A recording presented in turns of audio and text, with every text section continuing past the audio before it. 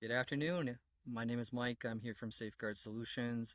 I'm your host for today, and I'm here with Mike Chatten from Hazel Solutions. Good morning, Mike, or afternoon, I should say. Hey, Mike, how are you doing? It's good to see you again and great to be talking with you. Absolutely. Thank you for joining us today, and I look forward to going through everything about EMF. Oh yeah, absolutely. I'm so honored to be here, and I find it so interesting too because at our advanced electromagnetic radiation seminar that we attended in late 2024, you're actually the first person from the class that I remembered meeting and talking to. So Yeah, it's pretty cool absolutely. that I'm here, being the first person on this podcast endeavor that you're doing. So I'm honored to be here. And like always, super excited to hear your input and to hear what you've been up to. Fantastic. Absolutely. Mike, why don't we start off with telling us a little bit about Hazel Solutions? I know you're the founder of the company. Just maybe help me understand how you got started and what it is you guys do day to day. Yeah, absolutely. So a little background about myself. I've been in the IT field and I still work in the IT field for about 2 decades now. And within the past 10 years or so, I started to, uh, on the side from some of my work, delve into helping people increase their own personal privacy and security with the technology that they employed in their personal lives. And what I started to see more and more people were coming in, and they were also really concerned about EMFs. And again, going back about a decade or so ago, I personally wasn't really concerned about it. I didn't, I was like a lot of people, we wouldn't have this technology available if it wasn't safe for us. So it really took a lot of people, and including some people that I really respected and looked up to, that they came to me and started talking to me about these things. That it really kind of forced me to start looking into it independently. And so the more I dug into it, the more I realized, like, yeah, there are absolutely biological consequences of the exposure to some of this technology that we have in our lives. And it took a bit of time for me to really become galvanized that was something that I really wanted to explore as a profession and to help people out with. And then as I started digging, I eventually came across the Building Biology Institute, which I just loved that there was, 25 guiding principles that really kind of dictated all of the areas, not just EMFs that they wanted to help people in, but they also had so much of their testing and their protocols really rooted in sound science. There's no speculation. And that was something that just really resonated with me personally because I want to be able to tell people this is exactly what you're experiencing, or this is exactly what you're living in. And then to be able to go back and then also show them really measurable results when we're able to remove sources or employ shielding or just even just behavioral adjustments in how we're interacting with technology in our lives. So then the idea of Hazel Solutions just kind of sprung from that, combining my background in the IT field along with my building biology training. And the name Hazel Solutions it was born from kind of the symbolism of the hazel tree, which in a lot of cultures and a lot of different mythologies represents knowledge and protection. And that was something that I really wanted to bring to my client base. I didn't want to just help protect them from these things, but I also wanted to impart some of the knowledge that I had so that they would be able to proactively manage their own health going forward. So if they're in a situation, maybe they can involve me, or maybe they're at a friend's house, anything that they could take from our interaction or my experience with them to help themselves or to help others. That's really what I wanted it to become. That's fantastic. Yeah, Yeah. and Mike, like let's talk a little bit for a second just about the one thing that I found that with the Building Biology Institute and the building biologists that we work with is that it really is a close knitted circle of individuals that I mean we're spread out. Like you're from North Carolina, I'm Yeah. from Canada in the Toronto area, and yet it seemed like when we met there was like a spark, and it wasn't just like that with you. It was like that with everybody that was, in our circle. And Yeah. that's what happens, I guess, when you're very passionate about something. And health and wellness is a very, very important area for us to be passionate about because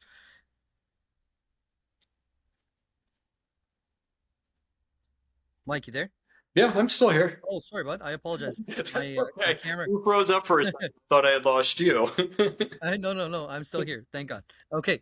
Yeah. So, our circle is very tightly knit, and but Oh, even absolutely. if we're widely spread apart, um, yeah, Yeah, and that was such the beautiful thing about attending the seminars and meeting so many people and getting to spend that time with them because you got exposed. We all took different paths to get to where we are we within did. this field, and we all have our own little areas that we want to specialize in. But behind it all, there is, I think, just a really deep-seated and powerful compassion and empathy and desire to help people out and to genuinely make a difference in their physical health, in their mental health, in their overall well-being, wherever they live or wherever they work. And that's, I mean, to me, that's one of the most amazing things about this community. Yeah, it is. It's very nice. It's very nice. And I mean, our roles are very important when working with young families that are, 90% of the calls I get are from young families that are, you know, just letting me know that they don't feel well in their homes, and it's up to us to help them. Um, but Mike, let's start here with a couple of introductory EMF questions, as we are here today as well to introduce ourselves, but also to talk some EMFs. So, Yeah. in your words, what exactly is EMF, and where does it come from within our homes? Well, EMFs, I've seen people say it both ways, either as electromagnetic fields or electromagnetic frequencies. I've personally started to use EMR a little bit more for electromagnetic radiation, just because to me that starts to cover a little bit more of a wider spectrum of situations that we Yeah, face.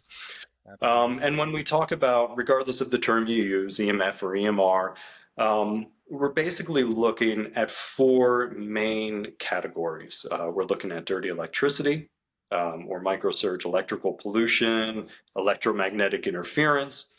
We're also looking at radio frequency, which is also, going to include eventually the microwave as we get into higher and higher frequencies with 5G, 6G. And then we're also looking at AC electric fields and magnetic fields. And each one of those components kind of arise from a different area of the modernization of our world, whether that's through power generation or whether that's through the circuitry and the communication of, our smart devices, phones, laptops, all of those sorts of things. And they've just in general become a really pervasive part of our environment, which can feel very overwhelming for people.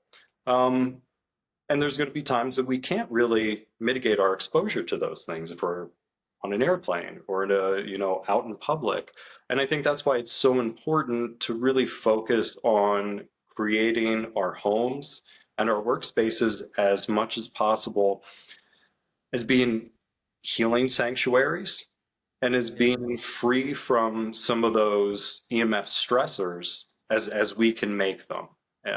And each person's situation is going to be really unique depending on where they live, what they have control over, even just down to personal choices. There's a lot of people I know that are perfectly fine keeping their Wi-Fi on all day, but want to make sure that it's turned off at night.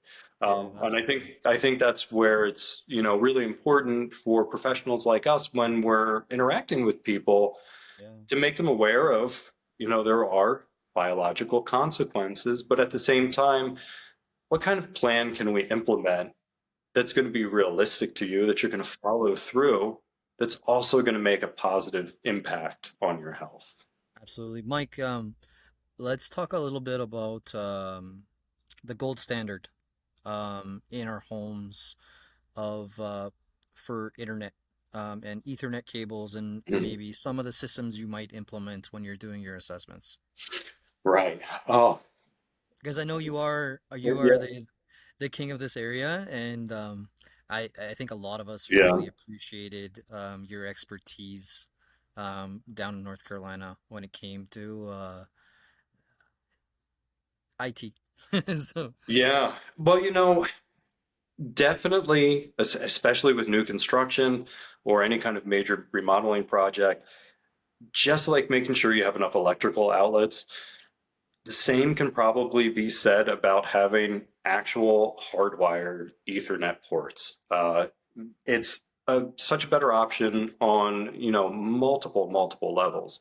So even if you take a case of what we're doing right now, we're doing a live stream, and it's a really data heavy and connection dependent service. So if there's any interruption, if I was connected wirelessly and there was any kind of interference from my neighbor's Wi-Fi or just a hiccup in general, or maybe that access point gets powered down, there goes everything. There is no backup. There is no, long buildup of packets going back and forth. yeah, So I love to recommend that, especially with the rise of people working from home. To me, it's almost more of a necessity, even just from that standpoint, over the health aspects of it. But then when we do look at the health aspects of it, by removing wireless, we're removing probably one of the biggest sources of RF noise and EMF exposure that most of us will face.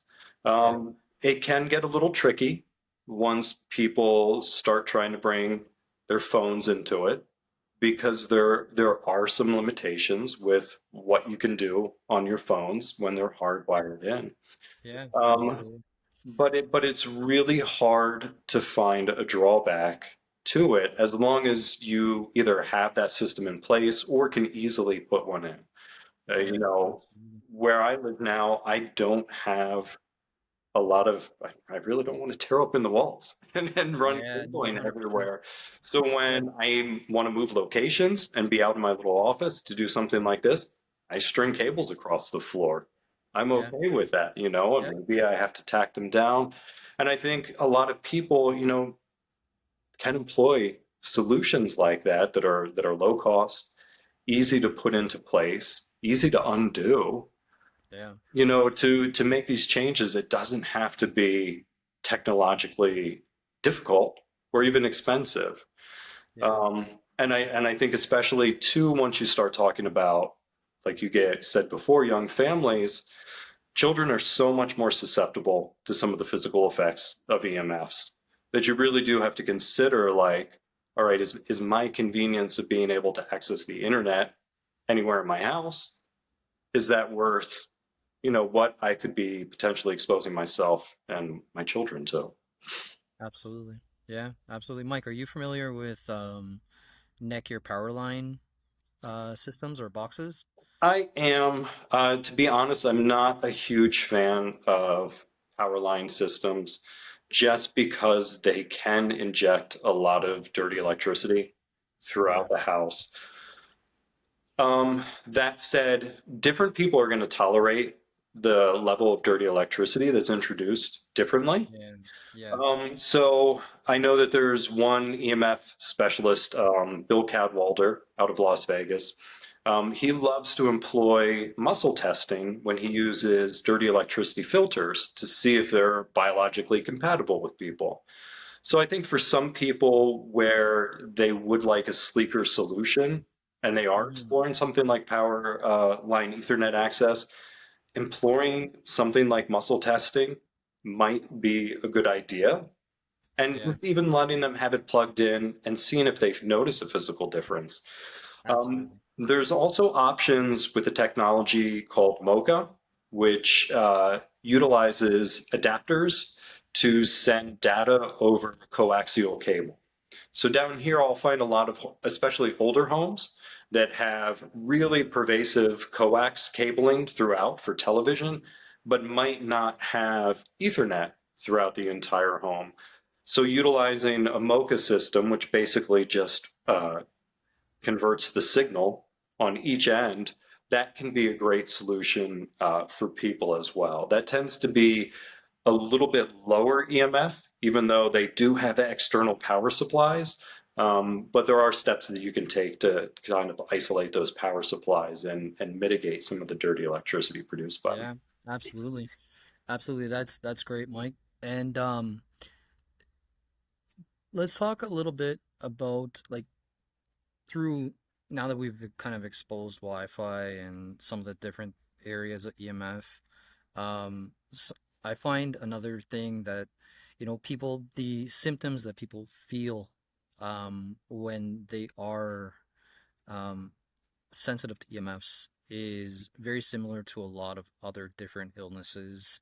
And when you go to a doctor and you speak with them about these symptoms, the last thing they're usually going to come back with is that it's an EMF issue, right? Yeah, absolutely. Me personally, what I like to do is I have a self-assessment form that I go through with my clients when I do, whether it be mold or electromagnetic field testing. And like a lot of these symptoms, like I can go through a few of them right now here, but Oh, I love that. Yeah. yeah, I'd also like a absolutely. copy of that form because that Yeah, sounds for like a really sure. good thing. Yeah, I'd be more than happy. I actually had this done up by a doctor, so we can go through a little bit of it. But like the first one is rapid aging, right? So a lot of times, whether it be mold or EMFs, your body starts to feel very run down. Your immune systems become suppressed. Your hair goes gray. Your skin becomes wrinkly and dry, right? These are like some of the symptoms, and like that's a very general symptom, right? But like in building biology, they talk a lot about the rain barrel effect and how it's not just one thing that we do in life, but it's everything we do, and it's the way that everything kind of rounds out, and it can really suppress your immune system and bring your body down, right? Oh, Um, absolutely. Yeah. some of the other ones are difficulty concentrating, always feeling like you need extra sleep, right? Blurry vision is another one. Um, Mood disorders, headaches, migraines. Some people say memory loss, um, feeling irritable for no apparent reason, right? Let me see here. Menstrual problems, stomach or small intestinal ulcers, blood sugar issues, right? Talk a lot about how EMF and mold could also affect diabetes. And so that's another one. So like these are all like they're very general symptoms that your doctor may not diagnose as you being electromagnetically sensitive. Um, and sure enough, that's why I go through these assessments with clients before we even start going through their home, because it gives Yeah. me an understanding as to what it is they're going through, right? And some of these are I'm more than happy to share this with you. Some of these are very simple, and other ones are like, you'd laugh it off and think nothing of it, right? But again, it's a symptom that our bodies are trying to tell us we're reacting in this way, because of these, you know, we're being bombarded with these toxins. Yeah, I think on one hand, science and definitely the advancement of technology has they've done a fantastic job of shielding themselves Yeah, from any responsibility um, or any public perception that some of these technologies harm us. And as I really start to dig into, studies that biophysicists and various doctors have done looking into the biological effects, I mean, it's really indisputable. And you'll see a lot of distortions in how testing is done in a way to present technology as a helpful thing or as a non-harmful thing. So even if we look at the example of cell phones, I think most of us are familiar with the specific absorption rate, the SAR rating, which the industry and different NGOs have come up with standards to say, you know, we can tolerate this threshold of thermal effect from non-ionizing radiation that we're exposed to from cell phones, which is great to an extent, but they also don't test these devices in a real world manner. They don't look at how the signals are modulated. And it's really the modulations of those signals that end up causing the majority of the biological impacts that we feel. Yeah, absolutely. So they very selectively test things to make it seem like this is safe technology while not focusing on the rest of the technology that unfortunately is causing this issue. Um, yeah, that's that. Yeah. I can easily go down that rabbit hole, and but No, we'll. it's you're absolutely correct. And like I mean talk about too how like fast technology is moving and changing you know year by year, and the SAR rates are not updated. Um and in Canada, like we have safety code 6 here, Okay. and safety code 6 hasn't been updated since 2015. But if you think, what were we Yeah. back then? Like 2G, 3G, right? So it's like, um, I say that in a laughing manner, but like that's really, it's been like 10 years, right? Since it's last been updated. And yeah, Safety Code 6 is Canadians' version of what is safe, Yeah. and just the gap between what is safe and what we actually see out here is pretty wide. Yeah.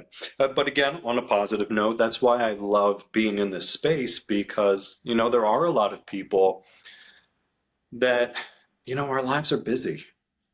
Not everybody wants to sit down and, Yeah, read a 500 or 600 page book about studies of yeah, EMFs and why they're harmful and what we can do to protect our bodies. But I love being able to take that knowledge that I want to spend my time learning, um, and being able to distill it in a way that I can give that to people so that they feel empowered, so that they feel less fearful, so they know what steps they can take to help protect themselves against EMF. absolutely, absolutely. Mike, what do you think about like in terms of um who is vulnerable, and like you hear a lot about children, right? Yeah, How this affects their health, young babies, right? They're still developing, and pregnant women, right? Or the elderly, right? Um, what's your take on that? children, pregnant women, developing babies, they're definitely going to be extremely susceptible to exposure. Especially with young children, not only do they have a lower bone density, but their bodies are also under a lot of stress just through the growth process. If we look at how long an infant needs to sleep, they're sleeping that way because their body's still growing and developing and trying to process all of this new stimuli.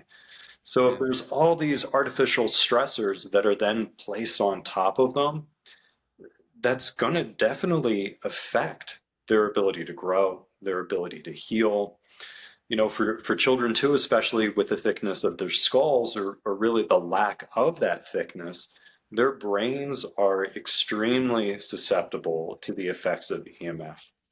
And then if we include kind of a non-traditional EMF, and we also include light, and which I'm starting more and more to think of that as yeah, I another see form that. of EMF that we're exposed to. Yeah, When we're exposing our young children to devices, we're really harming them on multiple fronts. Not only are the EMFs and any accompanying electric or magnetic fields that may be associated with that device, not only is it affecting their body on a cellular level, but you also have that blue light, which is extremely harmful to melatonin production, yeah, and which also accelerates the degeneration and aging of our eyes because that blue light will go directly past our lenses, our corneas, and start degrading the quality of our retinas. So if we're Yeah. doing that to our children at a very young age, when they're the most susceptible, you know, it's very unfortunate and should be avoided as much as possible. And I would say also then, conversely, looking at the elderly, where they may already be facing some age-related degeneration or illnesses or health issues, to then add on more stressors. I mean, especially things like blue lights. I know a lot of elderly people that are at that stage where they need cataract surgery. And some of the first things that they'll do after they've had the surgery is, they're on their phone or they're looking at their devices or they spend their days looking at those devices, which are really just causing an acceleration of some of those aging processes. Yeah, absolutely. I thank you for that, Mike. And one of the great things that I really admire about you is your depth of perception on subjects like these, because a lot of us will focus on, why wireless radiation is bad or why Yeah, dirty electricity is bad and how do we make these things better, right? But really, too, we got to know more in depth about this stuff, how these EMFs are affecting our yeah, health, and then also look at how do we make it better, right? yeah, It's a big thing, and a lot of that's what people need to know, and that's the biggest part of getting the word out there, is explaining to people exactly why this is bad for us, why this how this affects our bodies. So thank you for that. yeah, absolutely. Absolutely. One of the questions I actually get here a lot, and I do a lot of assessments for real estate purposes, with cell towers or power lines in the area. And one of the biggest factors is that you get young families buying their first homes, right? And there's cell towers just down the street from where they're buying their homes, and they want to know, is it safe to live here, right? And um, you know, what's your take on that? And I mean, I'll tell you some of the challenges I've run into with it, and I think it's a great discussion. Yeah, that can be such a difficult thing, especially in a more dense network or neighborhood, uh, especially in bigger cities. I'm Yeah, fortunate where I live. I'm just really starting to see a lot more installation of cell towers, especially with the addition of like 5G antennas. We really haven't started to see the rollout of some of those like small cells, yeah, uh, like in bigger cities.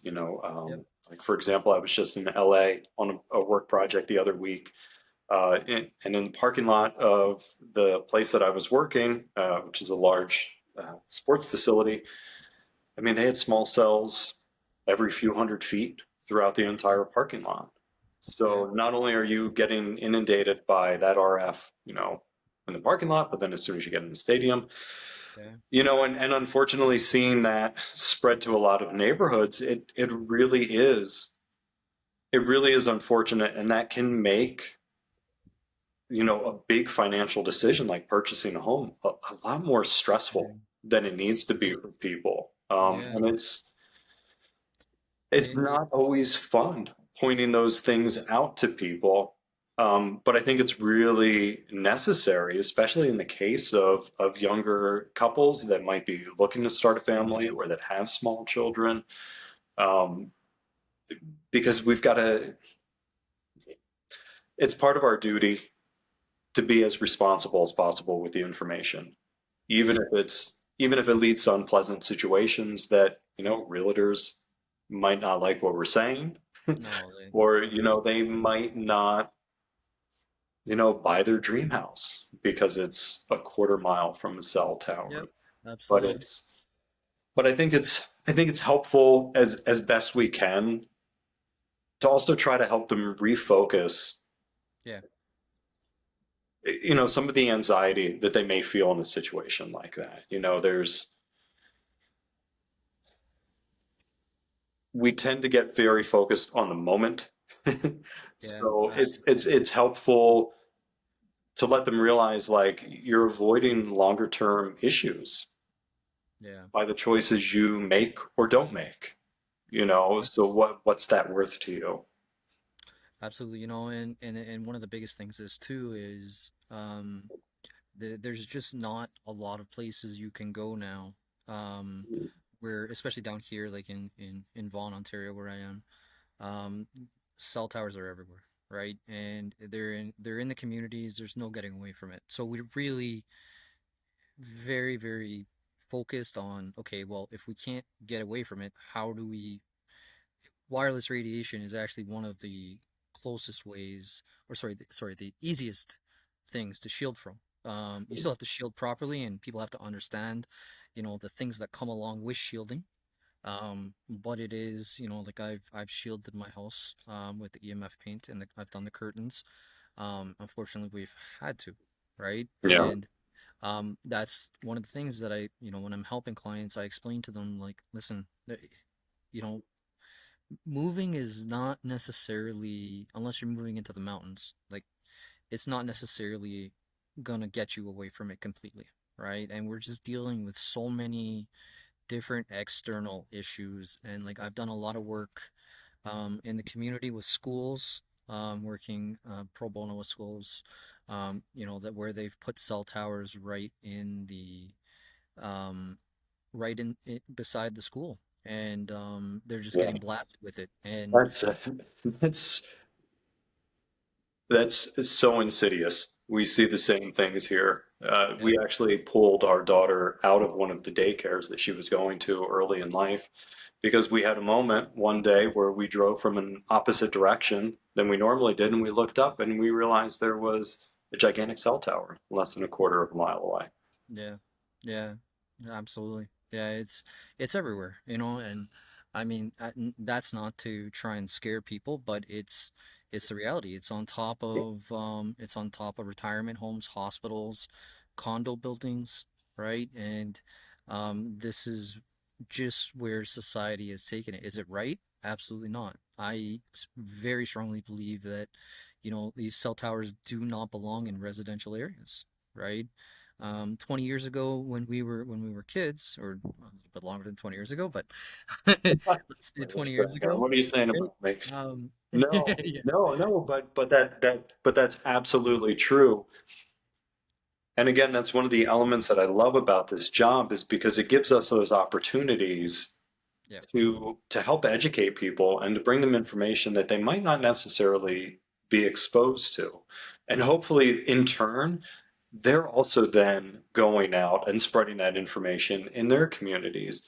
So when we do get to that situation where, you know, they want to roll out 6G towers or they want to implement some other technology, hopefully there's enough people that feel knowledgeable and are concerned about these health effects that they can band together and say, no, we want to make different decisions. Maybe we can't get rid of what's already here and we've learned to live with this, but let's pump the brakes on going to that next step until we know it's something that we one really need or really want to have around us and be exposed yeah. to. Yeah, and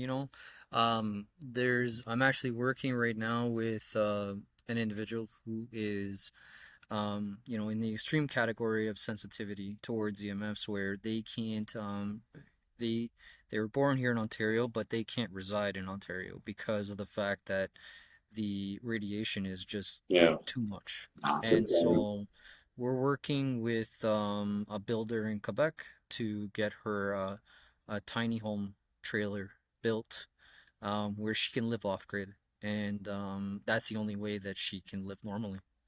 And there's a lot of people out there that live like this, but we don't see it as a society. And one of the biggest things is when I was starting my company, um, I took a lot of heat, a lot of slack of, you know, people don't believe in EMFs. People don't, Yeah. and I can tell you over the 4 years um, or so that I've been doing this, plus the 5 years before that, um, people look at you like you I know you understand what I'm trying to Yeah, say, right? And yeah, they don't see it in the same light that we do. And here's the thing. So going back to talking about the rain barrel, right? And the rain barrel effect, and how I find that people really start to understand it more when you start to show them the other things that are involved. And it's not just EMFs, but it's our air quality, it's our yeah, mold, it's the food we eat, right? It's how much alcohol or, tobacco, cigarettes we smoke, right? yeah, It's all of those things that are combined together, right? That really make a big difference. And like for me, I really do specialize in EMFs, but I also know that it's so much more than that, and people need to see that it's our mold exposure and our air quality, right? VOCs, formaldehyde, our microns and our particles that are causing um, our bodies just to be irritated and angry and not happy. And what yeah. I'm trying to say by that is like when we it makes us feel lousy, right? Waking up in the mornings feeling extremely congested. These are not normal things, right? And so like for me as a professional, that's what I hope to do. Is I hope to be able to help people in their homes and understand even something as small as if you have we have the wildfires right now in Manitoba. Yeah. So the air is filled and saturated with particles, right? PM 2.5, PM 10, right? And the microns, like point 3 and point 5. And so, having your windows open at times like that is not a good thing because you're actually creating the air inside your home to be worse, right? And Yeah. that's where having a good furnace and filtration system throughout our homes makes a big difference. Oh, absolutely. That's Yeah. that's a huge part of it. And there's, like you're saying, there's so many overlaps between syndromes like EHS, or multiple chemical sensitivity, and then even just a lot of like our typical ailments that people feel throughout the day. I mean, how many cases of something like ADD or ADHD, how much of that is really because of the effects of EMFs? Yeah. How much IBS could possibly be from chemical exposure that we were exposed to? So like you're saying, I think it is important to look at the totality of the person's environment. And, a lot of times, I'm sure you've run across this, you may get called in to help a client with an EMF issue or, a singular issue that they're facing, and you see mold staining or you see water staining in their bedroom, and then you go up in the attic and you see that the underside of the roof has been leaking by the chimney and it's all over the attic, and Yeah.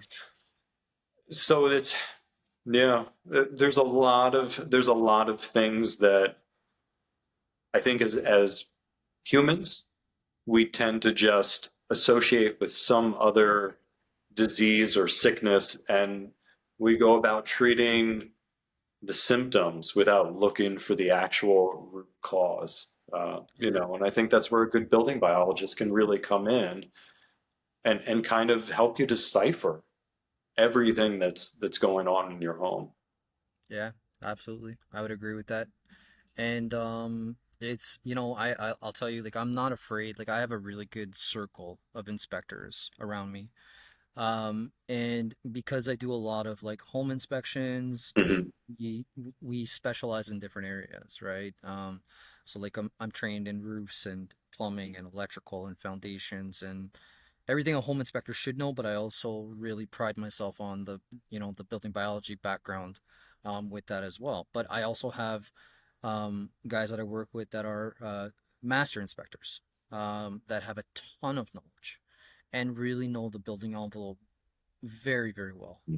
And so I use that as a tool in my toolbox when I'm in people's homes. And like, you find these problem areas, right? And remediation to these issues is a key as well, right? Otherwise, why are we in their homes, right? Just to Yeah, find the problem and not solve it or not help them with it afterwards. yeah, So that's a big key component to it too. And I mean, that's something that you have to help the client to understand as well is, a client will say when we're doing a mold sampling or mold testing, like, aren't you going to make holes in my wall and check behind the walls? And well, we don't start there. yeah, We look for signs, symptoms, run some tests, just like a doctor would, right? yeah, yeah, Because absolutely. essentially that's what we are. We're house doctors, Yeah, right? So, well, yeah, and when I met you, that was one of the things that I loved is that you had that building inspection experience and knowledge and capability because I think that goes hand in hand with doing, building biology related healthy home assessments because you have that ability, I mean, almost in a way to see problems yeah, either before they start or in a very different way. And that was one of the things that I took away from our first interaction, and that yeah, actually inspired me to good, become a member of Nachi and to start going through some of their training. Even if I don't take it to the same level and become a certified inspector, it's it's been such a great wealth of information yeah, that was, again, the networking aspect of this business is phenomenal. So to be able to have you in my pocket and then also to be able to hear from your experience and the things that you found valuable, I mean, that's only going to help me improve and help me serve my clients better in the future. yeah, 100%. And you know what? That's what I really open myself up to everybody around me because I think that we have to share the knowledge and the wealth of that knowledge. And like, Mike, as well as I do, the building biology, it's an adventure, right? Yeah, Because it doesn't just happen overnight. And it's something, I've been down to North Carolina twice for my training, and we did one online too. And like, these are not, they're very costly. So our knowledge and our expertise, and I mean, not to talk about the cost of our equipment, but that's, no, and the exactly, right? meter addiction is very real. Yeah, I've got a and new one waiting at the post office for me that I'm just oh, do you? too. Oh Oh, yeah. that's phenomenal. That's phenomenal. And yeah, and like, and that's the thing is, like, a lot of people always ask, like, or everything that any profit we make pretty much just goes right back into the business in terms of, like, buying more tools that we need to be able to help people in their homes, right? And Yeah. everything from It's sad. FLIR cameras It's to sad but true sometimes. yeah, No, but so much of that also is driven by the fact that, it we always want to be doing the best job possible. yeah, And if it's something that lets us help to identify a problem area, or if it's something like I just spent more than I should have on a handheld spectrometer to analyze light. But I love being able to show people right away, like, look, this is what your LEDs really look like, and this is why this is a bad thing. And, this is what the light waveform looks like. This is the dirty electricity that it's producing. I think being able to do those things, it's such a valuable tool. So yeah, it's one of those unfortunate necessary evils of our yeah, business. But yeah, yeah. absolutely. And so here's like a really, really good question, right? So, like, how effective are EMF meters in assessing home safety, and can homeowners use them on their home? Oh, great question. It's I'm going to try to answer this one as honestly as possible, and hopefully this will not come across as being offensive to anybody in any way. I love the idea of people being empowered and knowing what their environment looks like. However, if you're going to invest the money in your own set of EMF meters, you really do need to understand how to use them properly so that you're getting the most accurate reading because it's very easy to misinterpret what's going on. If you're buying a very low cost, all in one EMF meter, um, it's probably not going to be the best. And it could give you a lot of false information that could then, unfortunately, in turn, drive fear. Um, Yeah. so if a homeowner, if somebody did want to do that, I would urge them to buy the best possible meter that they can afford. If that doesn't take them out of like that $100 or less range, I would generally say just skip it. Because Yeah. the reality is you're going to be around some RF. If you buy a meter that isn't going to be accurate in one of the fields of measurement, or possibly all of them, is that going to make you feel better or worse? And a lot of times it's going to make people feel worse. Yeah. There are a few good basic meters out there for people that want to go a little deeper with their measurements. So, maybe they've got to go to a relative's house, or they're concerned about what their office looks like. I would definitely recommend something like the Safe and Sound Pro 2 Okay. that Safe Living Technology manufactures. I mean, for the money, I don't think there's a better meter out there. Yeah. Um, I would I agree with I that. use it professionally for my assessments. I would have no problem recommending that to somebody, provided that they have the budget for it. Yeah, Um, it's not one of the cheapest ones, and that goes along with the quality of these EMF meters. And I'll tell you firsthand. I was at a client's home just last week, and they had an entry level meter, and they were able to use it to identify a magnetic field issue on the floor in their kids' play area, oh, and cool. so that Good was on the them. yeah, 100%. And they had hired me to come in to do a full house assessment, but wanted to let me know that this issue was present in the play area for the kids. And so I came in and we did our investigation. I turned off breakers and to see if the magnetic field would Yeah, go away, and we tried to identify if it was on a certain breaker. We talked about, because there was a plug there in the middle of the floor. It was on the actual floor, not on the walls, and we narrowed it down that it wasn't. I put in one of my testers to the wire testers to show, and we turned off all the breakers, and so we found the one that turns off that specific receptacle, and the magnetic field was still there, so we were able to rule that out. And when it came down to it, I believe that it was actually an in-service cable that was running through the floor. And interesting.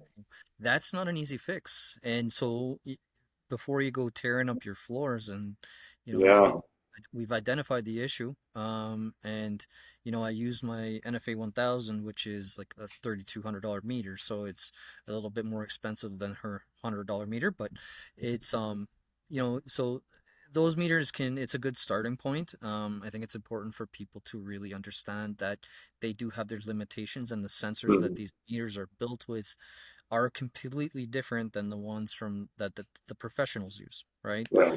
But that's something that I can say that I've really, really heavily invested for my company and my equipment, and for good reason, right? And Yeah, absolutely. But our use case is a little bit different. We're the ones that are trying to pinpoint those persnickety sources yeah, that hundred percent. that you're not going to find. And I think that's one of the trade-offs that we're willing to make, and one of those investments that we know we need to have. But yeah, I think the client you're talking about though is the perfect case of somebody that is taking the time to learn how to properly use that tool. And Yep. I love hearing that. I'm sure they probably recognize, like, all right, there's a problem that exists that we're finding. We need to take a step back and call Yeah, on somebody that's a professional, that's competent, yeah, that and knows help that to it diagnose the issue. exactly. Yeah. So Yeah, I think no, there's absolutely levels to that, and if nothing else, they become great kids' toys. I mean, my 6-year-old daughter, she has my first EMF meter, which was some, Hmm.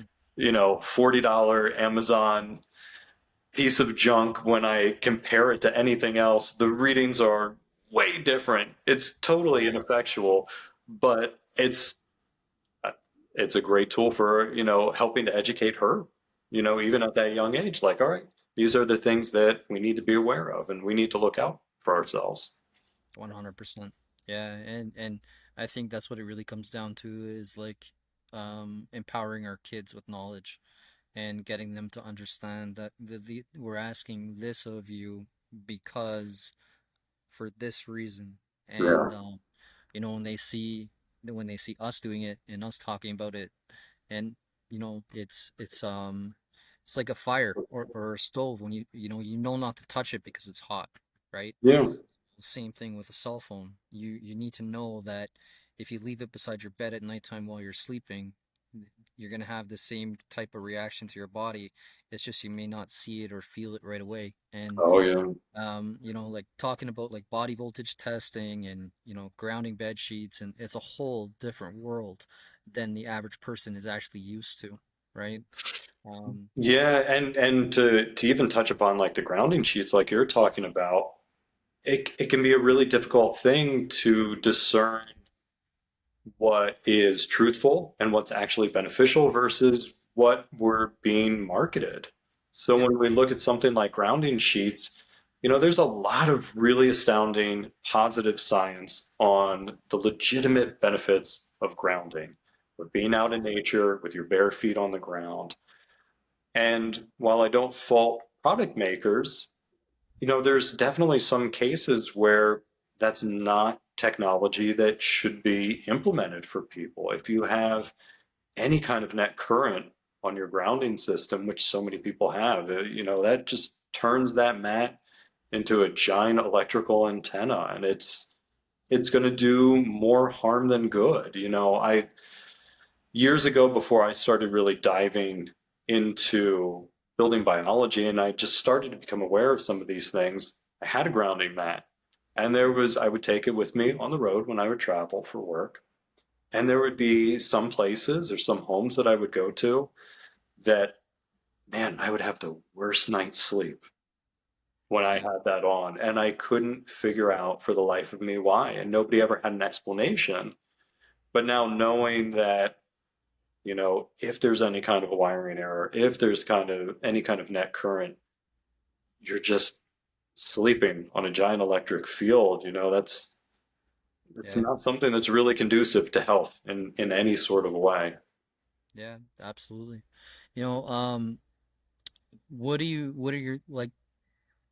your thoughts on like body voltage testing and cutoff switches and navigating electric fields in the bedroom? Oh, that's a hugely important thing.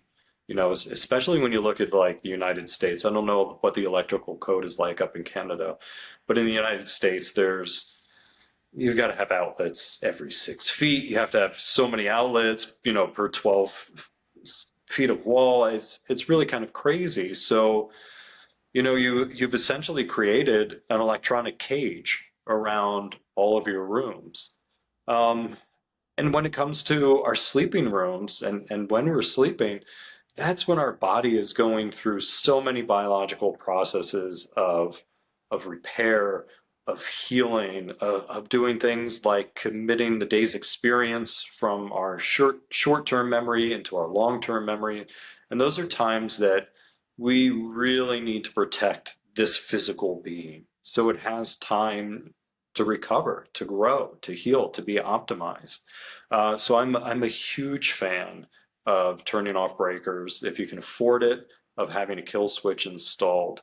Um, but with the caveat is you really do need to have somebody that's knowledgeable about how to run a body voltage test, conduct it for you, Yep. or you need to take the time, if you want to do it yourself, to really do it properly as a homeowner. I've run across a lot of people that say they turn off their breakers at night or they turn off a breaker at night. But when you go in and you do the same thing when you're running a body voltage test or doing a bed map, you find that turning off that single breaker actually can cause an increase in the voltage that's present, just because there is no cancellation effect which occurs. So one client of mine, she was doing that for a while. She couldn't figure out why it wasn't helping her. She kind of gave up on the idea of it. But when I went through and tested, she was only turning off the breaker to her bedroom. And that was causing a pretty significant increase in the voltage readings that I was getting. It ended up being a combination of breakers. It was the breaker for her bedroom and then the one for the hallway that her bedroom was Yeah. next to. They were on different legs of the electrical service, but there was enough wiring that was common between the room. Yeah, that was a fun one. Kind of always loved doing that Yeah. because it's kind of like a puzzle that you've got to figure out, like what's the best combination of breakers to turn off To to bring get it down the lowest. the best result Yeah. for Yeah. people. But it really is a powerful thing. Again, to use the example of my daughter, I turn off breakers when she goes to bed at night. That's the first thing I do after I've tucked her in and shut her door and turned off the lights as I go and turn off the breakers. And she doesn't know one way or another as she's falling asleep because the lights are still off in her room. But tell, and I can see a difference in her sleep quality when Yeah. I don't do that. Yeah. She will be up more frequently. She will wake up and she'll look tired.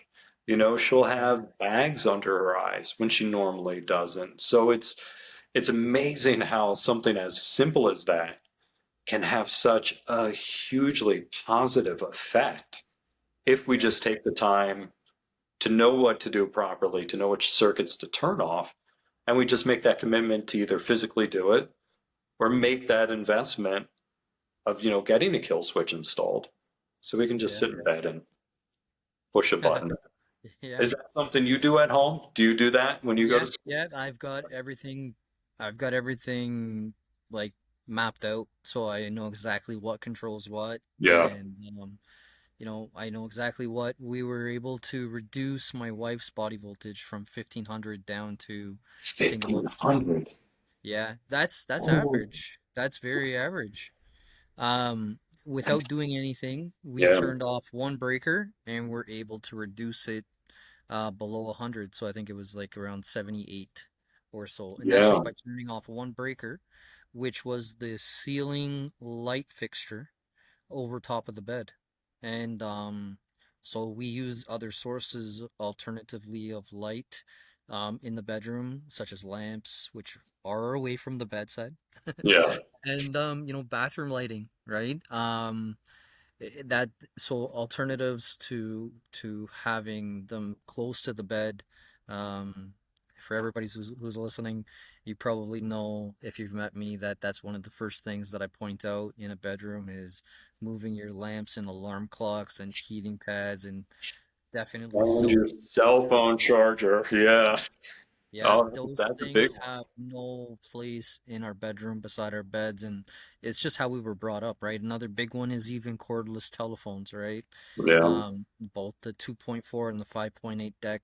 The we put them beside our beds in case we need to answer the phone during the middle of the night, but um, it's the wireless radiation and electric fields that come off of these things are very damaging to the way that our body is attempting to rest, recover, and heal. Oh, absolutely. Absolutely. And and even to get away from like the EMF portion of it, keeping devices close to our bed, they always end up just becoming a distraction. And Yep. especially as you're trying to go to sleep, what's the worst thing that you can do? Sit and Yeah. look at that blue light producing phone, which is going to, mess up the melatonin production. It's like hitting a reset switch, on how tired you feel. You've just set yourself back hours because now your body's like, oh, I see this light. We need to be awake. And Yeah. even Exactly. yeah, even the mental part of it, like the last thing that's really beneficial as we go to sleep is to sit and look at our email.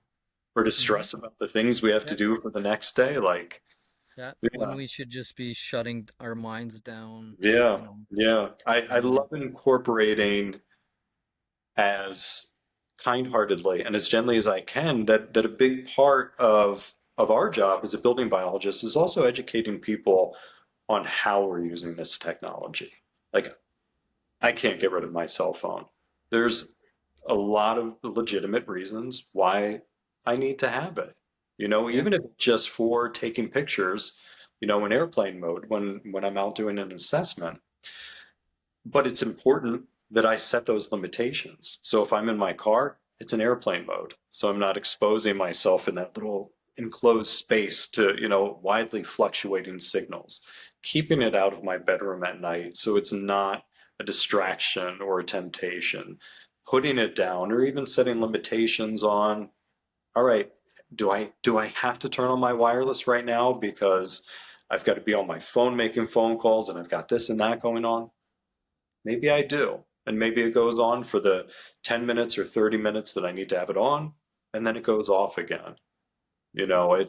I try never, I've found it with, from years ago with some of the technical solutions, or especially like privacy or security based tech solutions that I would offer to people, if they became so rigid and so restrictive, or if they became an impediment to how they would use technology, they wouldn't implement it. And I see sometimes overlap with people where the same thing is true. If I can't give them an easy way to get online with their wireless turned off, they're never going to turn their wireless off.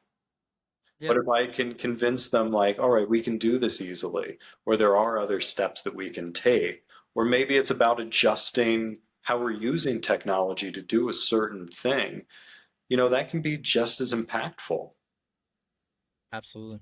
Yeah, and um, these are all the different areas kind of that we want to look at when we're in our clients' homes, and we want to. A lot of the time, I find one of the biggest things is, this is new to a lot of people, right? There's a reason they're hiring a professional, which is the same reason we go to doctors ourselves, right? And that's because it's an area that we're not familiar with, right? And this is what me and you went to school for. This is what me and you studied. This is, our mentors and our, the different people that we look up to bring that knowledge and guidance to families, right?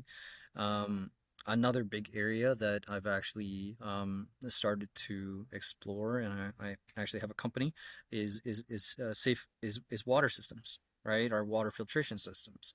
And that was the reason that I opened Safeguard Water Systems, was because I wanted to bring awareness and knowledge to clients of how important our water is to our health as well, right? Oh, that's tremendous. Unfortunately, in Western North Carolina, we experienced that firsthand in the aftermath of Hurricane Helene when it came through, because that had such a devastating effect on the water supplies here. So even towns and areas that their water systems managed to survive the storm and had their service restored relatively quickly to, address some of the issues with turbidity or with potential contaminants in the water. They did things like greatly increase the amount of chlorine that was in the water, or they added chemical coagulants to pull some of those particles down so they wouldn't enter into the systems. And that can have a tremendous effect on our body. And that's not to mention, all of the pharmaceuticals, all of the PFAs and heavy metals and different substances that we're finding shockingly more and more in municipal water systems. Yep. And, if we're not starting with good, clean water, even that we're bathing or washing ourselves in, let alone Yeah. what we're consuming, that's such a huge level of Mhm. exposure that if we can do anything to reduce that risk, Yeah. Yeah. that's really, really important. And that's 100%. yeah. I just did some lead testing at a school. down here in the Greater Toronto area, and on their upstairs taps, they didn't have any filtration systems, but on the main level taps, they had a reverse osmosis system. Mhm. And I was there testing for lead, which is a prerequisite by the school board to have a lead test every year, right? Um, we also did what we call like a well package, which is like from a like a well where water comes from. Not a wellness, but a well. Um, and so that basically tests for a lot of the other bacterias that could be present in our water as well, right? And looking at the comparing the well packages um, for both the tap that had reverse osmosis filtration system on it and the one that didn't, you can see on the filtered one, the only thing that was relatively even close to being high was the hardness of the water, right? And Yeah. that's a different category altogether. But you know, the main thing is these filtration systems, they really do help to limit the amount of lead and hard heavy metals, right? I have a list here actually of some of the different things that it filters out, and they sound pretty scary. Arsenic, um, chromium 6 cyanides, chlorides, fluorides, iron, mercury, nickel, right? These are all a lot of zinc, a lot of heavy metals that we don't want in our systems, right? And so No, like, no, not at all. You know, yeah, and it's surprising too. I've meet a lot of people that will, especially with older homes, that will have fantastic water filtrations for their incoming well water. But then at the point of consumption, they won't address any of the concerns. So one of the most recent water tests I did, their incoming well water was spectacular. There was no contaminants, there was no issues with it. But when you test it at points of consumption across the home, after going through all of the old copper plumbing that was installed in the, 60s or 70s, it ended up having a really high lead count. I wish I could remember the exact number, but it was enough to be alarming, where it was like you need to, it's not just enough to look at your water at this point, but you need to really look at it at the end use. And so, I mean, it's great to hear that that's what the school had installed, yeah. end use point of consumption devices as opposed to, we'll just take care of the problem over here and think that it's solved. And again, I think that's one of the benefits that, especially hiring somebody like yourself that is so knowledgeable in all of these areas brings to that testing component, because you really want to make sure that if you're trying to eradicate a source of contamination or a toxin, that you're actually doing it, that you're applying your efforts in the right spot.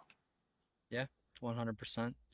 Yeah, and that's I mean this is a big area. So this is, water filtration is another area, just like EMF, just like mold, just like, Yeah. the natural foods that we should be eating, right? And I, I mean here in Canada and the USA, like we have different challenges. But it's maybe tell us how is it down by you in North Carolina in terms of like how easy is it to get access to like organic food and supplements and stuff like that?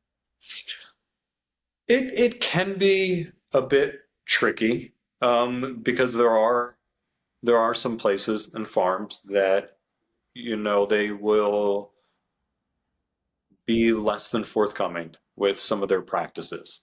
So there's places that I know of that promote themselves as being very natural and healthy, that do a lot of kind of traditional farming practices in terms of chemical additives, chemical fertilizers, how Yeah. their animals are kept, the diets that they eat. And sometimes too, unfortunately, those places are just so good at marketing that they charge a pretty healthy premium for their product. But on the flip side, I am very fortunate, and I think a lot of people that live in this area are very fortunate that there is a really big population of of farmers and producers that really want to provide the cleanest, healthiest, most beneficial products to people, whether Yeah. those are animal products or, fruit and vegetable. And it's, I think that's one of the appealing areas or appealing aspects of this area, and it's kind of drawn in a lot of people that want to come here and, start organic farms, or that want to follow biodynamic practices, or do things that might be a little bit outside of what the mainstream has told us is the best and most productive way to do things. And instead of just focusing on, the monetary side of things, building a solid reputation first as a good organic producer or grower or farmer, and then letting everything else follow, letting kind of your own markets evolve and grow. I mean, it's kind of fun to go to like a local farmer's market and see farmers that I know from when they started their farm, now absolutely thriving because Yeah. they took the time and they really put forth that energy and that intention into doing things, maybe not the most lucrative for them way, but the way that was producing a really good, honest, healthy, clean product for people. Yeah, And absolutely.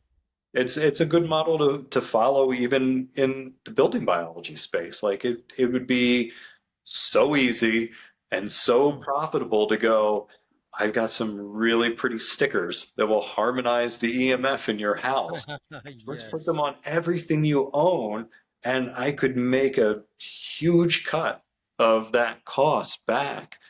Yeah. But unfortunately, I know that that really isn't the helpful way, and that isn't the way that people are going to thrive and be their best. Yeah. 100%.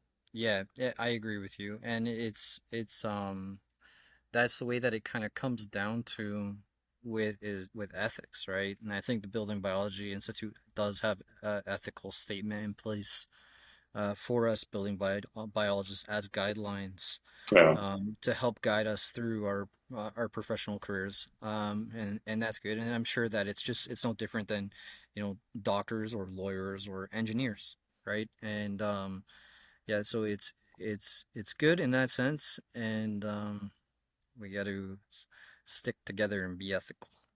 Oh, absolutely. And again, that's a benefit of having such a tight-knit, small community that we have is there's so many of us that even if we don't know people personally, we know of ways to get in touch with them. We know of their reputation. So not only is it a good sounding board for information or sharing information, but I think it's a way to also kind of self-police and self-govern our community. Nobody wants to have a bad reputation No, because that will affect you tremendously. I'm yeah. not going to always fly up to Canada if somebody wants to call for a remediation, but I would Right. absolutely call somebody like yourself that I know is operating in a trustworthy, ethical, compassionate way, you know? Yeah, 100%.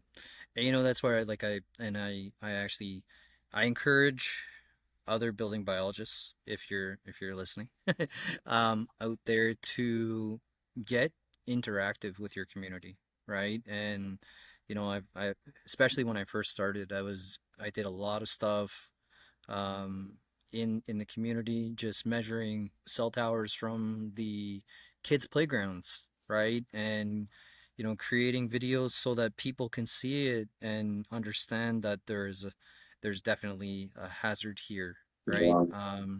And you know, um, right, we in our area here we have a water tower with all kinds of cellular antennas on it, right in behind my house, and on the other side of that water tower is a nuns daycare, right? The Mhm. nuns run the daycare, and I've been in their parking lot, and I almost got chased out by the nuns. But when I explained to them what I'm doing, Yeah. they said, "Hey, Mike, we've actually had a couple of us that have fallen really sick over the last couple years, and we do live on site here." right? And our neighbors are the is the Yeah. church right next door and the library right next door, right? And there's local schools around here, and that's why like it all comes down to like so that's why I really really heavily got involved in my community. And I get phone calls from mothers in the neighborhood that are really concerned about the wireless radiation Yeah. and the things that we can do to help. But I mean, it's once it's up and it's standing, it's something that's very very hard for us to have it removed.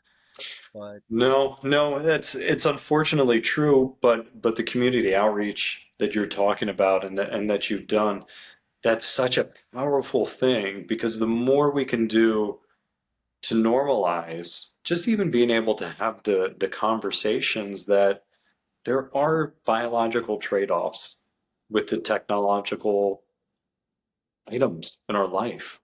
yeah, We need to be able to talk about that and people need to be able to see that those conversations can be had in a way that's rational and constructive, uh, and not alarmist as much as it can be. So that, again, going back to helping people be able to make informed decisions, and in the case of like the school you're talking about, that genie's out of the bottle. It's going to be very, very difficult to get those towers removed. But maybe that will help slow the rollout of additional antennas now that they definitely, know. Or definitely. maybe the next time that comes up in a different area of the town, there'll be a percentage of the population that are willing to stand up and say, Yeah, no, yeah, we'd like you to reconsider that. yeah, So every little bit that we can do as building biologists to help those communities. Yeah, that's such a powerful tool. yeah.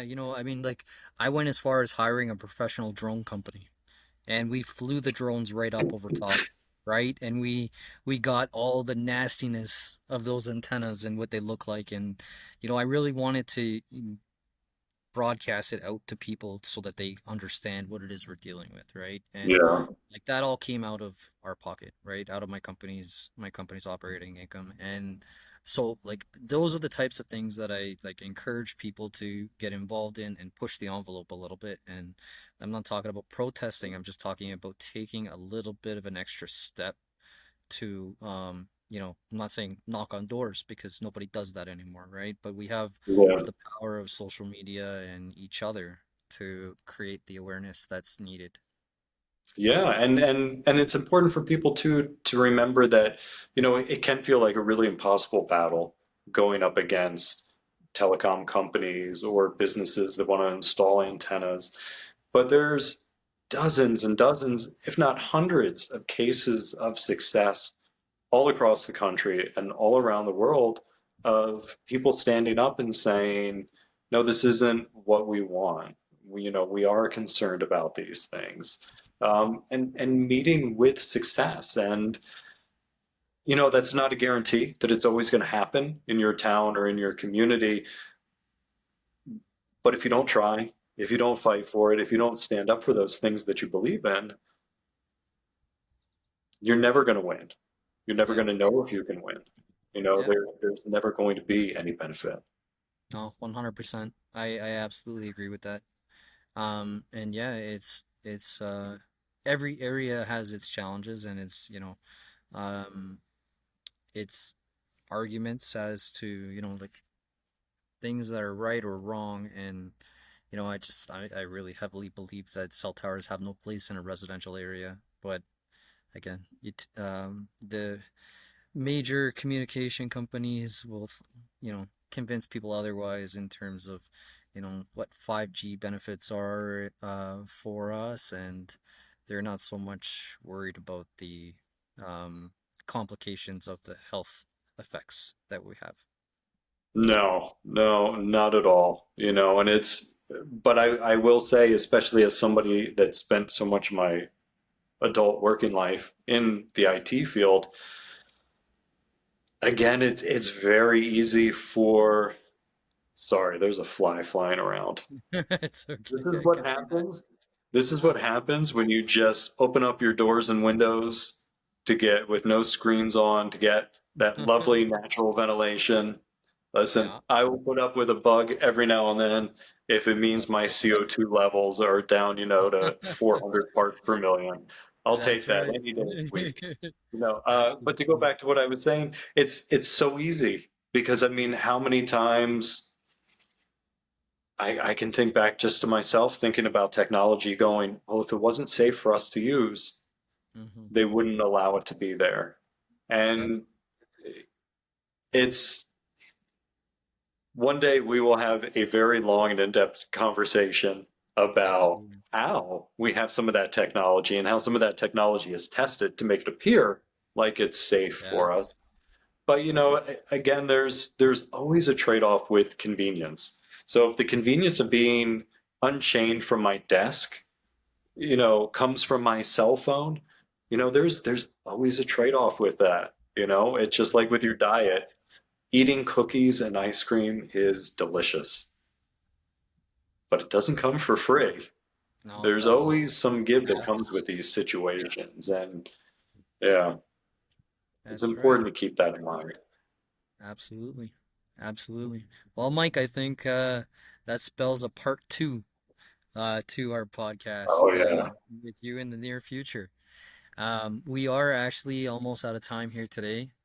So I wanted to thank you for everything today. And did you have any last words? I just wanted to say thank you so much for what you're doing in your community. You are across the border, way up north, but I love following your story, the successes you're having, and even just the visibility that you're gaining in what I think is a really pretty big and major market. Yeah, And to be to have somebody like you who is so knowledgeable, who is so caring, be a face for building biology and for some of the things that we've talked about. I mean, that's such a blessing to us all. We're all going to yeah, benefit from us, not just us as building biologists, but just us as people. Again, being able to have these conversations, being able to normalize talking about these things, and to be able to present good workable solutions to people, it's awesome to see. I'm glad to call you a colleague and a friend, and I feel honored to be sharing this space with you right now. thank you, Mike. That means a lot. Yeah, It absolutely. does. It does. Well, we will definitely look forward to having you on again. And again, this is the premiere of our podcast, so I wanted to say thank you very much for being a part of that. And I'm very happy with choosing or hoping and that you'll come about again with Oh, us. absolutely. Anytime. I'll definitely be here. Fantastic, Mike. And you take care, and we'll talk soon. And thank you very much. Oh, absolutely. Thank you. Take care, everybody. Bye bye.